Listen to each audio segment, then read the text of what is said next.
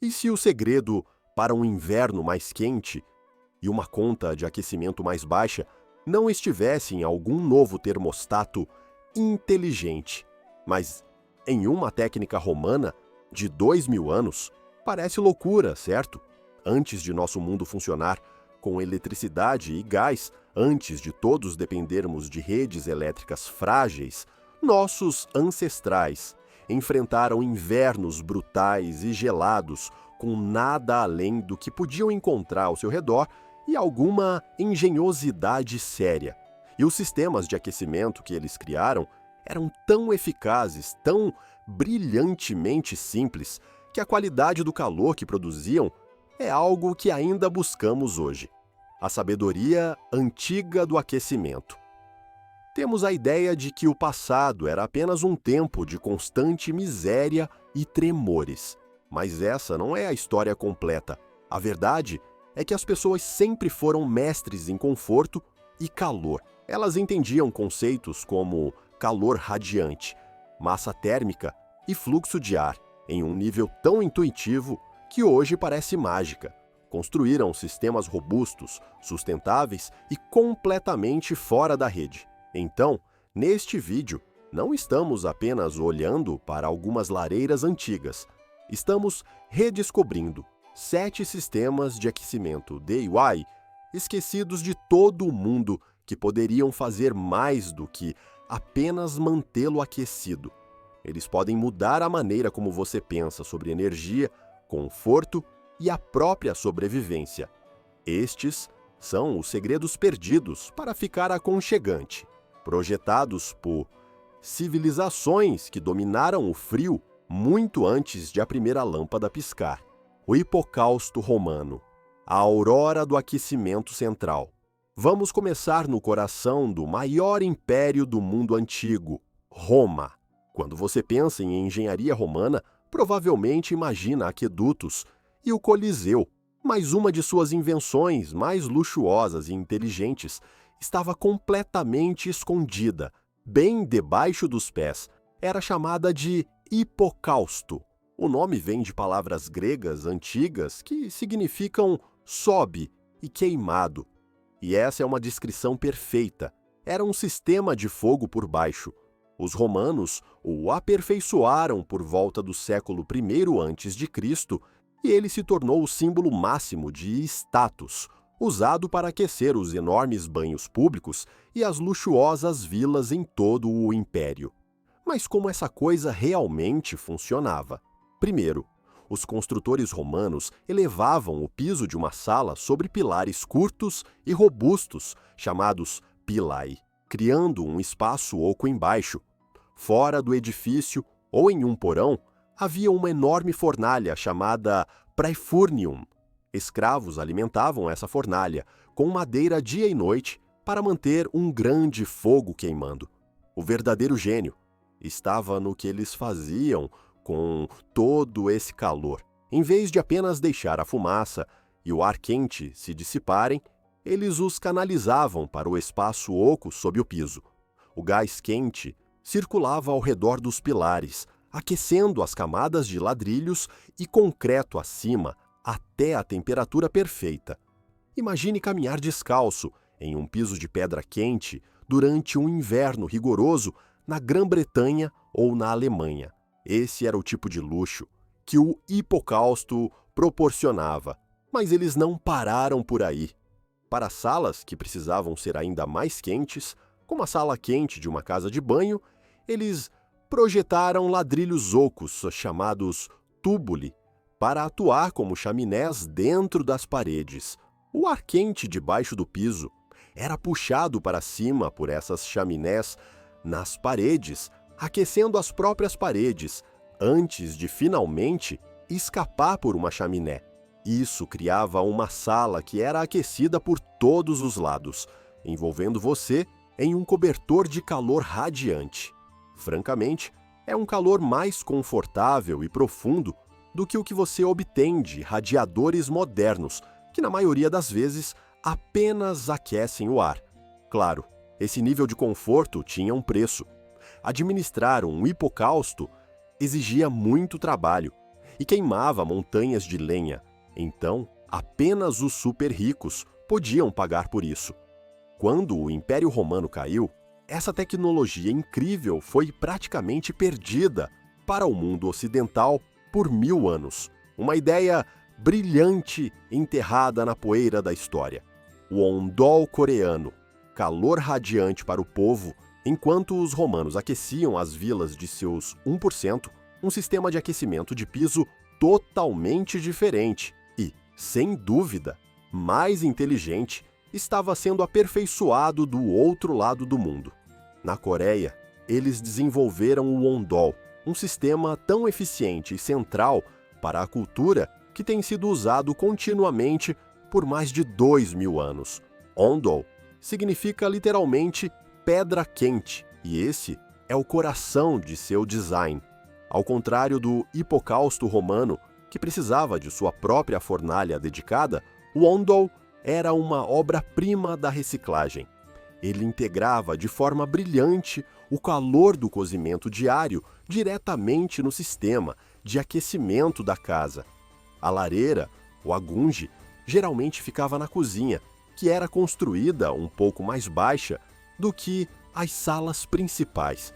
Quando você acendia um fogo para cozinhar o jantar, a fumaça e o ar quente não iam apenas para uma chaminé.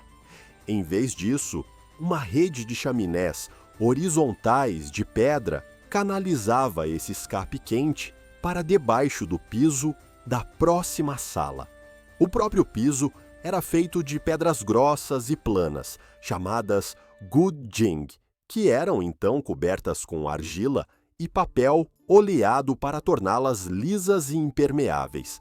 À medida que o gás quente passava pelas chaminés, essas pedras gudjing absorviam uma enorme quantidade de calor, basicamente transformando todo o piso em uma gigante bateria térmica de liberação lenta.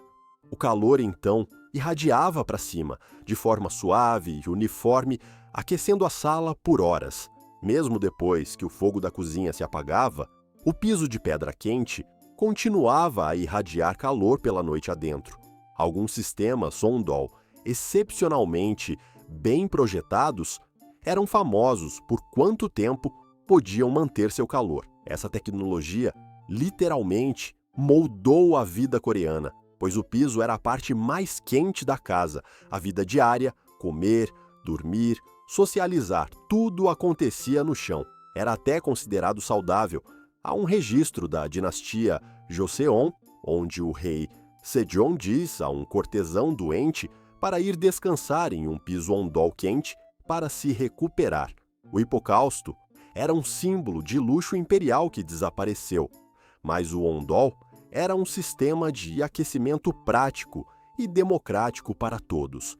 Seus princípios são tão sólidos que os apartamentos coreanos modernos ainda usam uma forma de ondol apenas com canos de água quente, em vez de fumaça. A cama-fogão Kang chinesa, o combo de sobrevivência definitivo. Agora vamos viajar da Coreia para as planícies gélidas do norte da China, onde encontramos outra incrível peça de engenharia térmica nascida da necessidade brutal de sobreviver ao frio. Conheça o Kang, ou a cama-fogão aquecida. Não é apenas um aquecedor e não é apenas um móvel, é basicamente o sofá aquecido original, a cama e a sala de estar. Tudo em uma única plataforma super eficiente. Por milhares de anos, as famílias nas regiões do norte da China confiaram no Kang, que tem uma história que remonta a pelo menos 2.500 anos. A configuração básica é uma plataforma oca elevada feita de tijolo ou argila adobe, que muitas vezes ocupa uma grande parte da sala principal. Como o ondol, o Kang é uma aula magistral de reciclagem de calor. Um fogão de cozinha próximo é conectado ao interior oco do Kang por uma série de chaminés. A fumaça quente do cozimento do jantar, que normalmente seria apenas desperdiçada, é roteada através de canais sinuosos dentro da plataforma antes de finalmente sair por uma chaminé. Esse processo transfere o calor da fumaça para o tijolo denso ou argila do Keng. A chave aqui é a massa térmica. Os materiais pesados absorvem o calor de forma lenta e uniforme. Pode levar algumas horas para realmente aquecer, mas uma vez que está quente, o Keng irradia um calor suave e constante durante toda a noite, muito depois de o fogo ter morrido. Isso significava que uma família podia cozinhar sua refeição da noite e pré-aquecer sua cama para a noite inteira com o mesmo combustível. Esse é um nível de eficiência que nossos eletrodomésticos modernos de uso único não podem sequer se aproximar. A vida girava em torno do Keng. Durante o dia era um lugar quente para trabalhar, comer e socializar. À noite, a família inteira dormia nele, compartilhando seu calor comunal. Estudos modernos até mostraram que um Keng bem projetado pode reduzir a quantidade de lenha necessária para aquecimento em mais de 35%.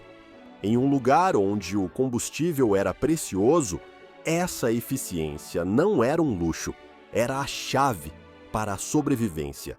Então, acabamos de ver como 3 diferentes culturas antigas desenvolveram incríveis soluções de calor radiante que dão uma surra na nossa tecnologia moderna. Se você está achando essa sabedoria esquecida tão fascinante quanto eu, faça-me um favor e clique no botão curtir.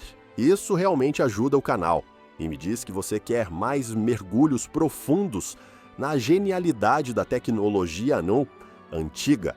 Tudo bem, agora vamos voltar para a Europa e ver o que aconteceu depois que Roma caiu. Aquecimento central monástico medieval. Mantendo a chama viva. Após o colapínio do Império Romano, a Europa entrou em um período em que grande parte daquela engenharia romana avançada, incluindo o hipocausto, foi basicamente esquecida. Para a maioria das pessoas, o aquecimento voltou a ser uma lareira simples, fumegante e ineficiente no meio da sala.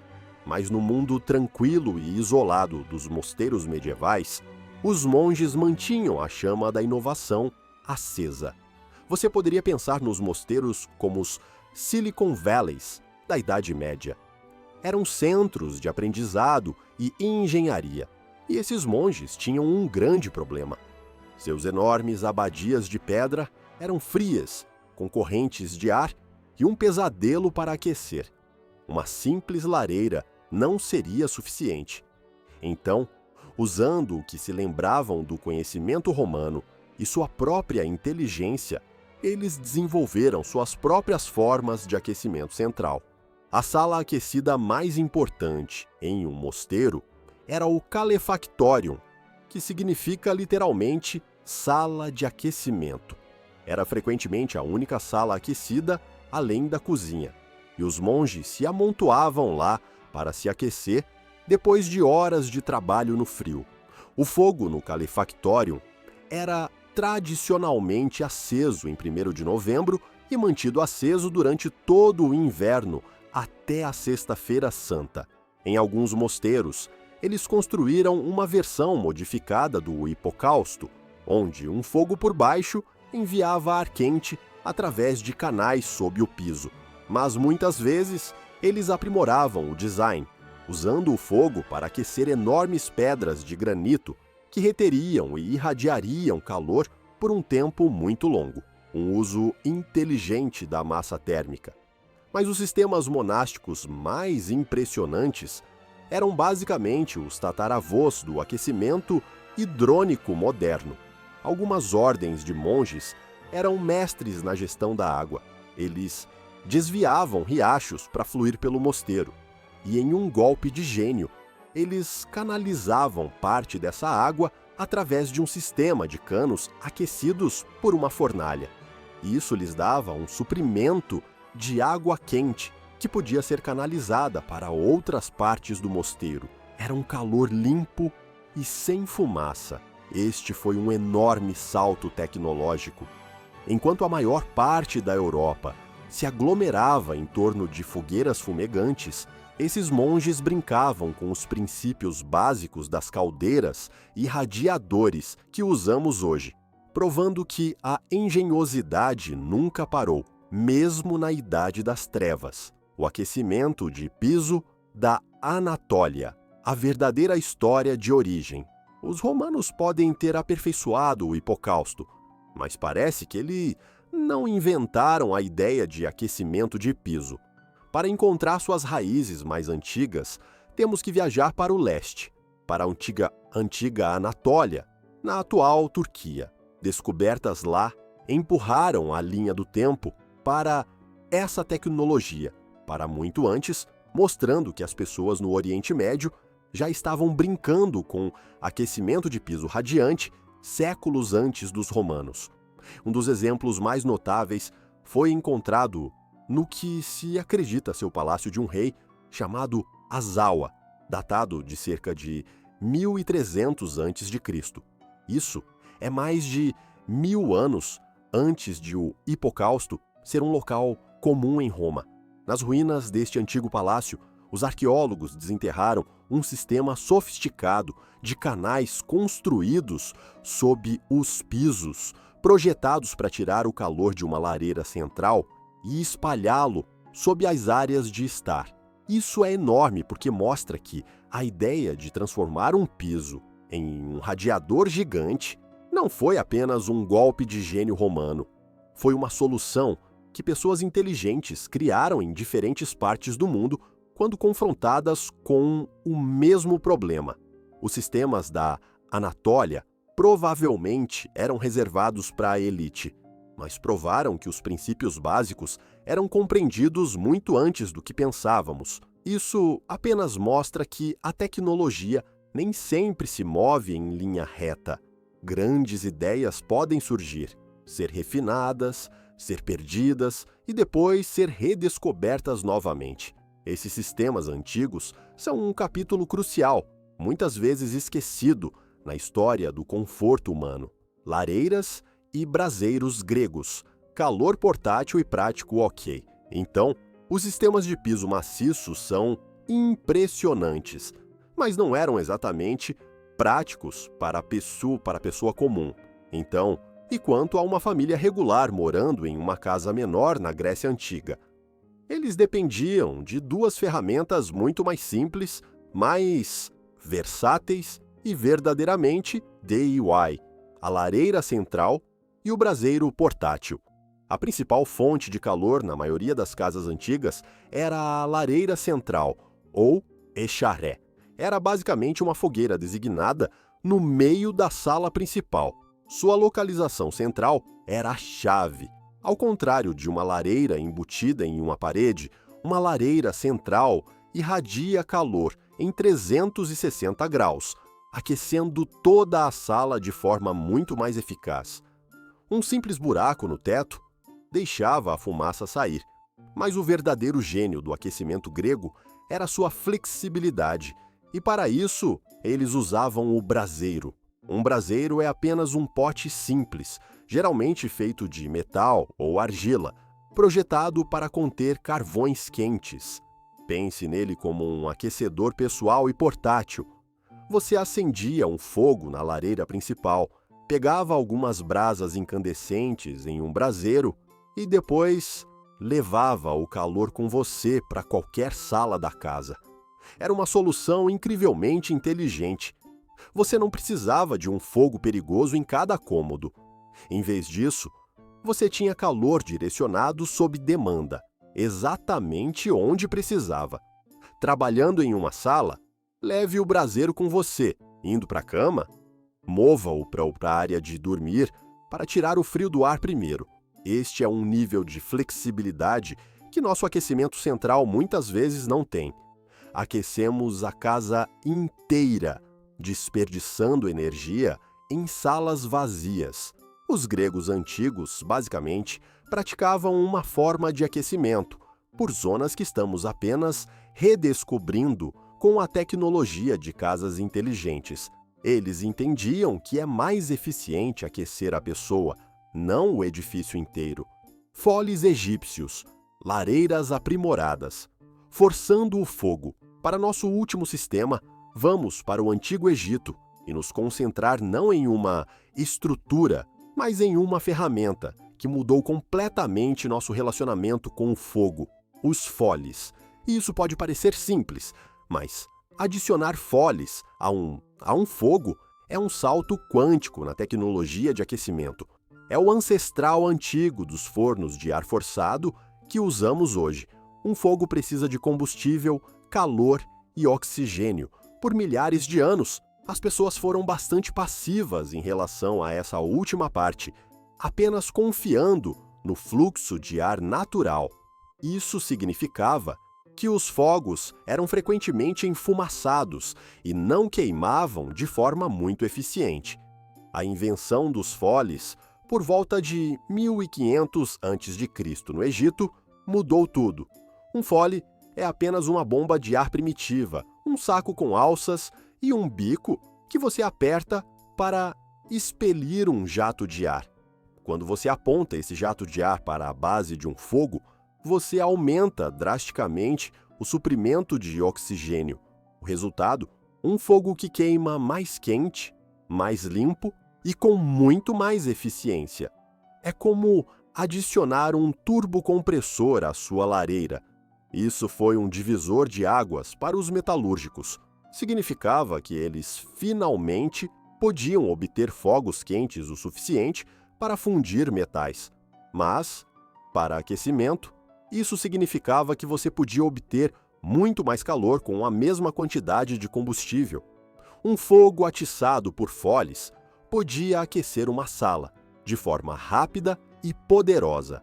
Também queimava o combustível de forma mais completa, o que significava menos fumaça dentro de casa.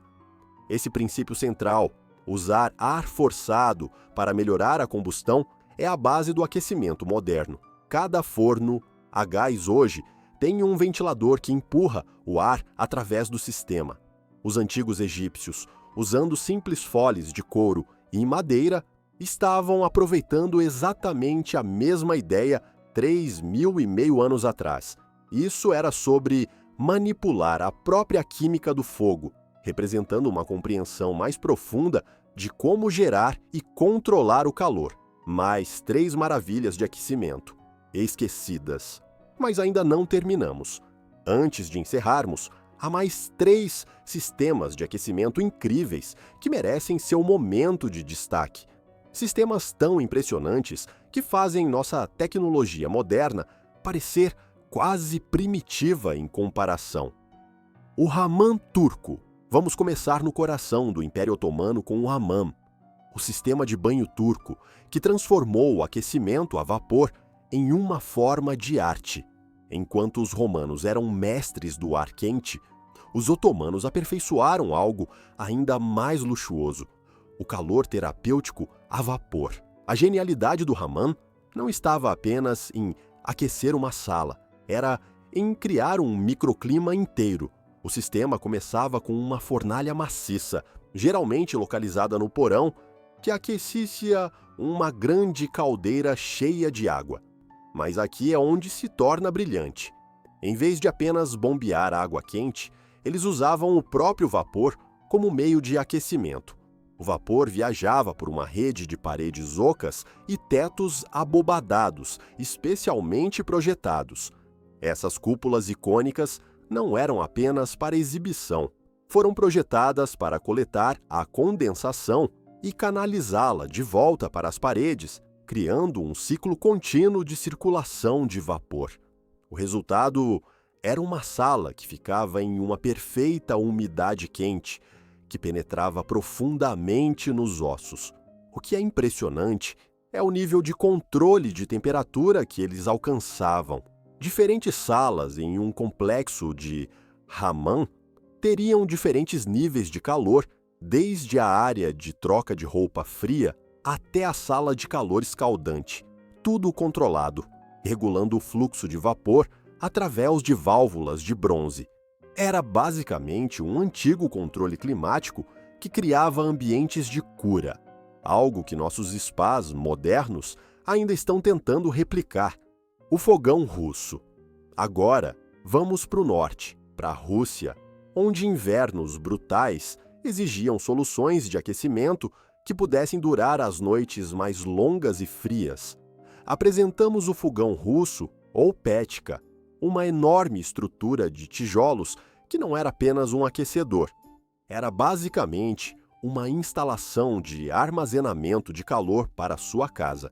Estes não eram suas lareiras típicas. Um fogão russo tradicional podia pesar várias toneladas e ocupar uma parte significativa de uma sala. O segredo estava no labirinto interno incrivelmente complexo de canais e câmaras, todos projetados para extrair cada BTU possível do combustível antes de deixar qualquer calor escapar.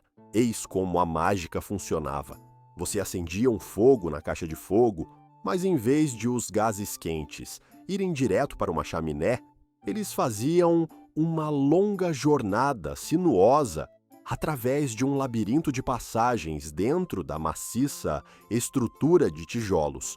No momento em que o escape finalmente chegava à chaminé, ele havia cedido quase todo o seu calor à massa térmica do fogão.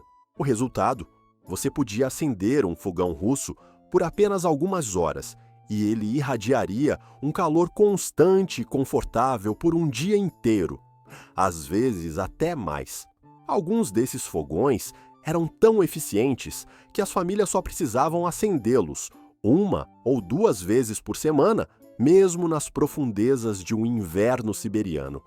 Estamos falando de um sistema de aquecimento que podia armazenar e liberar lentamente o calor por 12 a 24 horas a partir de uma única sessão de queima. O fogão de azulejos sueco. Nossa última maravilha esquecida nos leva à Suécia, onde eles desenvolveram o que pode ser a solução de aquecimento mais elegante já criada, o kakelugn, ou fogão de azulejo sueco. Isso não era apenas funcional, era uma obra-prima de engenharia e artesanato. Os fogões de azulejo suecos pegaram o conceito russo e o refinaram a um nível quase científico. O design interno era incrivelmente sofisticado, com caminhos de chaminé precisamente calculados, que forçavam os gases quentes a cederem seu calor em estágios. Mas a verdadeira inovação estava no exterior. Em vez de tijolos simples, esses fogões eram cobertos com belos azulejos de cerâmica que não eram apenas decorativos, eram funcionais. Esses azulejos atuavam como reguladores térmicos.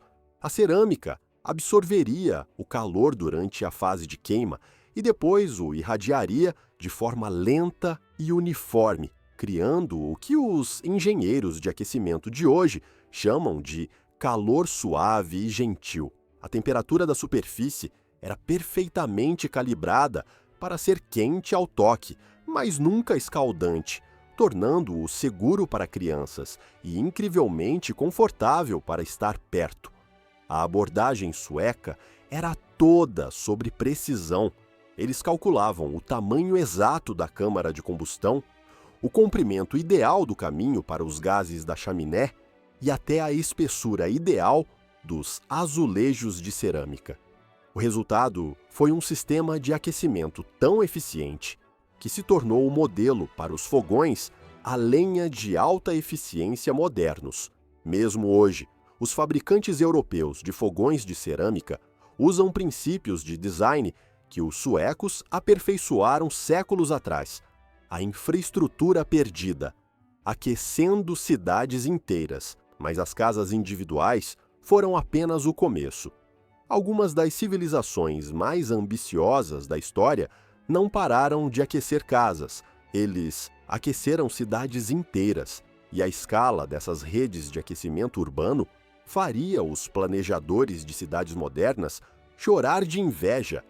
Os romanos, nunca pensando pequeno, estenderam sua tecnologia de hipocausto além dos edifícios individuais para criar o que foi, essencialmente, o primeiro sistema de aquecimento distrital do mundo. Nas maiores cidades romanas, redes de fornalhas subterrâneas e canais de distribuição criaram zonas quentes, que podiam aquecer bairros inteiros. O exemplo mais impressionante foram as termas de Caracalla, em Roma, um complexo maciço que podia acomodar mais de 600 banhistas ao mesmo tempo. Mas não era apenas um único edifício. Era a âncora de um distrito aquecido inteiro. O sistema de fornalhas era tão enorme que exigia um aqueduto dedicado apenas para fornecer água para a geração de vapor. E as câmaras de fogo subterrâneas eram grandes o suficiente para que os escravos pudessem caminhar eretos por elas. O ar quente e o vapor desse sistema central não aqueciam apenas os banhos. Ele era canalizado para aquecer edifícios governamentais próximos, lojas e até algumas vilas privadas. Era um planejamento urbano, em uma escala que não seria vista novamente até a era industrial, o gênio geotérmico da Islândia. Enquanto isso, na Islândia medieval, os vikings estavam aproveitando uma fonte de energia ainda mais impressionante: a própria terra. A abundante atividade geotérmica da Islândia significava que a água naturalmente aquecida estava literalmente borbulhando do chão, e os colonos islandeses foram inteligentes o suficiente para capturá-la. No século XIII, cidades islandesas como Reykjavik haviam desenvolvido sistemas sofisticados de canos de madeira e canais de pedra que capturavam fontes termais e distribuíam a água aquecida por todo o assentamento. Casas, oficinas e até igrejas eram aquecidas por essa rede geotérmica. O que é incrível é que essa não foi uma solução temporária. Foi a base de uma infraestrutura de aquecimento que tem sido continuamente aprimorada por mais de 700 anos. A Reykjavik, moderna, ainda usa essencialmente o mesmo conceito, apenas com melhores canos e bombas. Hoje, mais de 90% das casas da Islândia são aquecidas por energia geotérmica, tornando-o um dos sistemas de aquecimento mais sustentáveis do planeta. As cidades da Era do Vapor. Avançando para o século XIX, cidades como Nova York e Londres estavam experimentando redes maciças de distribuição de vapor que fazem nossos sistemas de aquecimento modernos parecerem pitorescos. Estes não eram apenas para edifícios individuais. Quarteirões inteiros da cidade eram aquecidos a partir de usinas de vapor centralizadas. Em Manhattan, a New York Steam Company, fundada em 1882, construiu uma rede de tubos de vapor subterrâneos que ainda está em operação hoje. Aqueles icônicos jatos de vapor que você vê saindo dos bueiros em Nova York, esse é o fantasma de um sistema de aquecimento de 140 anos que, uma vez, aqueceu milhares de edifícios a partir de um punhado de usinas de caldeiras maciças. No seu auge, as redes de aquecimento a vapor em grandes cidades eram maravilhas da engenharia que exigiam suas próprias usinas de energia, exércitos de trabalhadores e controles incrivelmente sofisticados de pressão e temperatura. Era uma infraestrutura em uma escala que exigia a coordenação de governos de cidades inteiras. O lado negro do gênio antigo. Mas se esses sistemas de aquecimento eram tão brilhantes, tão eficientes e tão eficazes, por que os abandonamos? A verdade é que, apesar de toda a sua engenhosidade, esses sistemas antigos vieram com algumas desvantagens sérias com as quais nossos ancestrais tiveram que conviver. Mas nós não temos. O problema do trabalho. Primeiro e mais importante foi a incrível quantidade de trabalho humano necessária. Um hipocausto romano precisava de escravos trabalhando 24 horas por dia para alimentar as fornalhas. Um fogão russo exigia alguém com sérias habilidades para construir e manter os canais internos complexos. O ondol coreano exigia atenção constante para manter os fogos de cozinha queimando com a intensidade certa. Em um mundo onde o trabalho humano era barato e abundante, isso não era necessariamente um problema. Mas à medida que as sociedades se desenvolveram e o trabalho se tornou mais valioso, a ideia de dedicar várias pessoas em tempo integral apenas para manter um edifício aquecido começou a parecer menos e menos prática, o pesadelo da segurança. Depois, havia os perigos muito reais. O envenenamento por monóxido de carbono era uma ameaça constante com qualquer sistema que roteava gases de combustão através de espaços de convivência. Incêndios em casas eram incrivelmente comuns, especialmente com sistemas como o Keng, onde você literalmente tinha canais de fogo correndo por baixo de onde as pessoas dormiam.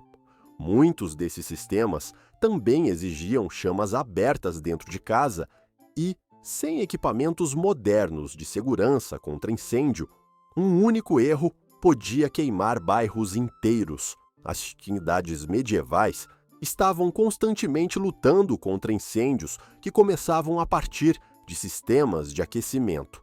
E a construção de madeira da maioria das casas significava que um acidente de aquecimento podia destruir distritos inteiros. O fardo da manutenção, esses sistemas também exigiam uma manutenção incrivelmente alta.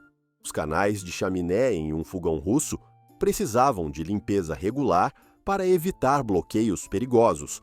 O hipocausto exigia pedreiros experientes para reparar pisos e paredes rachados. Mesmo o braseiro grego simples precisava de alguém que soubesse como gerenciar o carvão com segurança. Em nosso mundo moderno, esperamos que nosso aquecimento seja essencialmente livre de manutenção. Queremos apertar um botão ou ajustar um termostato e ter calor instantâneo e confiável. A ideia de passar horas todos os dias apenas para manter seu sistema de aquecimento funcionando parece quase medieval, porque literalmente é a grande revolução do aquecimento.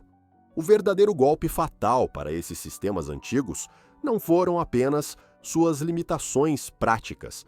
Foi uma mudança fundamental na forma como pensávamos sobre energia e conforto.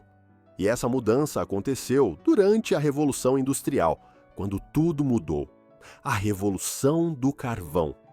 O primeiro divisor de águas foi o carvão. De repente havia uma fonte de combustível que queimava mais quente e por mais tempo do que a madeira.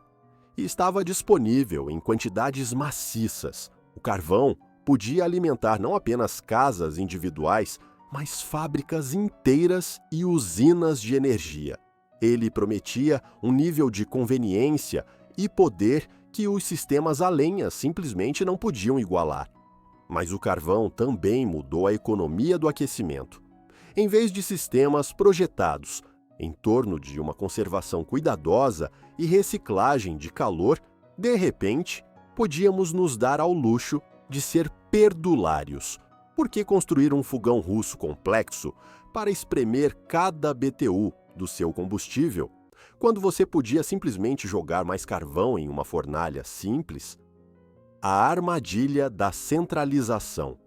A era industrial também trouxe um caso de amor com a centralização.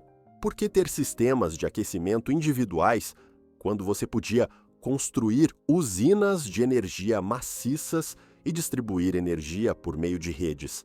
Parecia mais eficiente, mais moderno, mais racional. O problema é que a centralização muitas vezes trocava a eficiência pela conveniência. Um hipocausto pode ter sido 80% eficiente na conversão de combustível em calor útil, mas uma usina a carvão que gera eletricidade, que alimenta um aquecedor elétrico, pode ser apenas 30% eficiente no momento em que a energia chega à sua casa. Mas a centralização oferecia algo que os sistemas antigos não podiam: simplicidade para o usuário final. Você não precisava entender massa térmica ou design de chaminé ou gestão de combustível.